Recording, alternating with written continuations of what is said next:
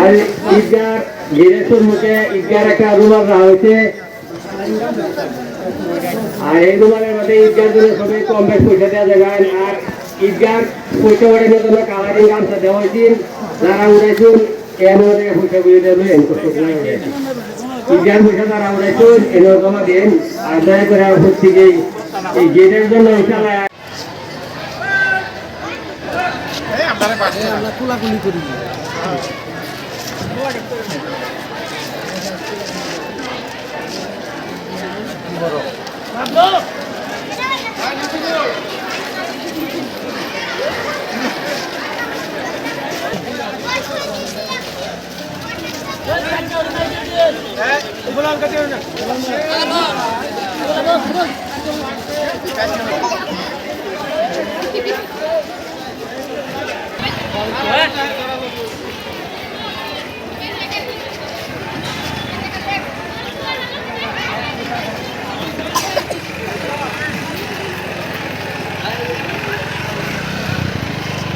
হয় আমার পরম্পরাগতভাবে যেহেতু আমার কটহগিরি টুকটুকি আঞ্চলিক ঈদগাহ ময়দান আমার বছৰত দুটা ঈদ হয়, এটা ঈদুল আজহা আৰু ঈদুল ফিতৰ।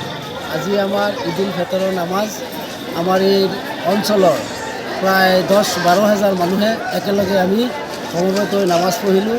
যেহেতু আমি এইটো মাহত যিহেতু ৰমজান মাহ, এই মাহত আমি গোটেই এটা মাহ ৰোজা ৰাখি পবিত্ৰ ঈদুল ফিতৰ দিনত আজি আমি ঈদগাহ ময়দানত গোটেই অঞ্চলৰ মানুহ একগোট হৈ আল্লাহৰ ওচৰত ওপৰৱালাৰ ওচৰত আমি দোৱা কৰিছোঁ বিশ্ব শান্তিৰ কাৰণে, অঞ্চলৰ শান্তিৰ কাৰণে, যাতে আমি ভাতৃত্বভাৱে আমি বজাই ৰাখি আমি আমাৰ দেশখনক আগুৱাই নিব পাৰোঁ, তাৰে কামনা কৰি আজি ৰাজহুৱা দোৱা কৰা হয়।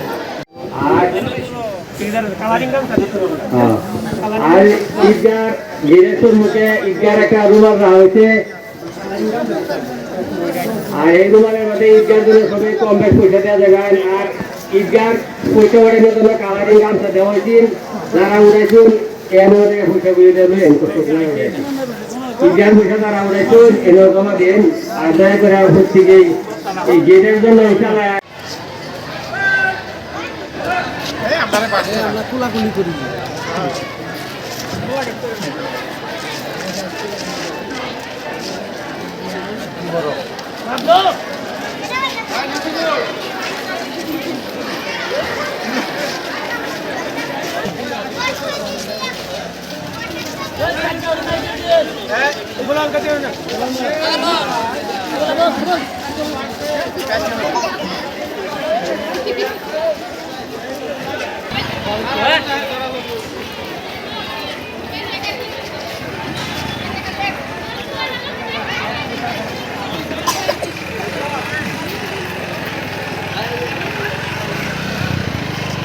হয় আমার পরম্পরাগতভাবে যেহেতু আমার কটহগিরি টুকটুকি আঞ্চলিক ঈদগাহ ময়দান আমার বছৰত দুটা ঈদ হয়, এটা ঈদুল আজহা আৰু ঈদুল ফিতৰ।